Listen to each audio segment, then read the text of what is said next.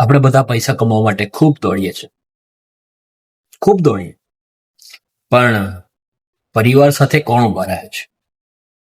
કોણ વાત કરે છે?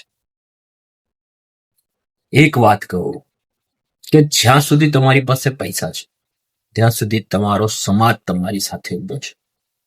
જ્યાં સુધી તમારી પાસે પૈસા છે ત્યાં સુધી જ કદાચ તમારા મિત્રો તમારી સાથે છે.